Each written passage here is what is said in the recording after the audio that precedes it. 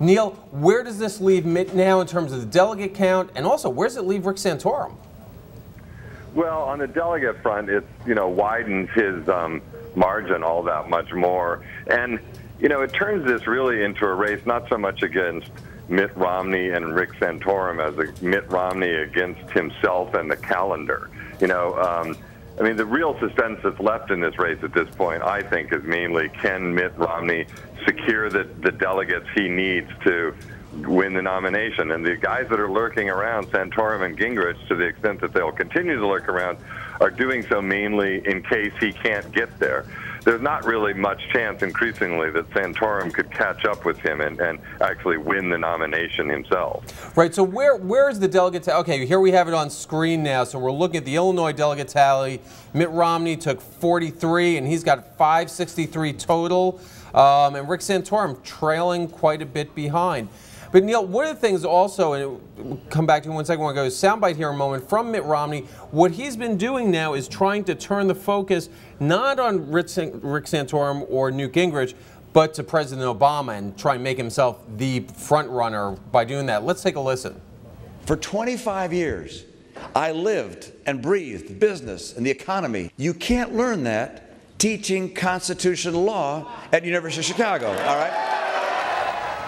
Now, Mitt Romney is about halfway to the total delegate count that he needs. So really, is there any situation where Rick Santorum can catch up and surpass Mitt Romney before the primaries end in June? Are there just enough delegates out there up for grabs? He would have to win about 75, 76% of all remaining delegates. And everything is just very incremental. And there are 4 winner-take-all states, real legitimate winner-take-all states, and all of them are seen as friendly Romney territory. So there's just very little chance for Santorum to rack up big numbers. It is interesting. We are basically at the halfway point now. Romney's won basically half of all delegates.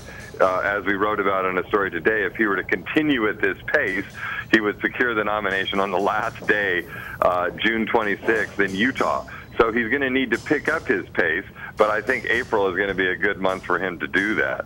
Neil, why at this point is someone like Newt Gingrich sticking in the race? Why doesn't he just bow out? Let me think. Vanity, that might be one word.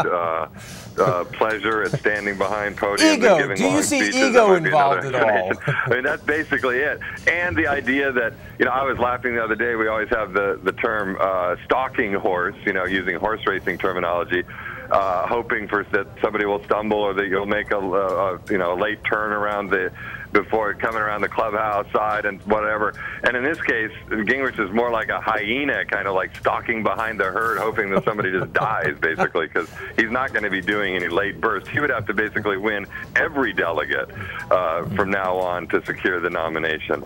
So that isn't going to happen. Neil, does he have enough delegates as is to kind of be the kingmaker if it comes down to a broker convention, where he could throw his delegates to one candidate or the other to be in a more powerful position come August? Not really, actually. I guess you were flashing the delegate totals there. I mean, his delegate tally is a little over 100, and it's very hard looking forward to see, okay, where is he going to strike gold.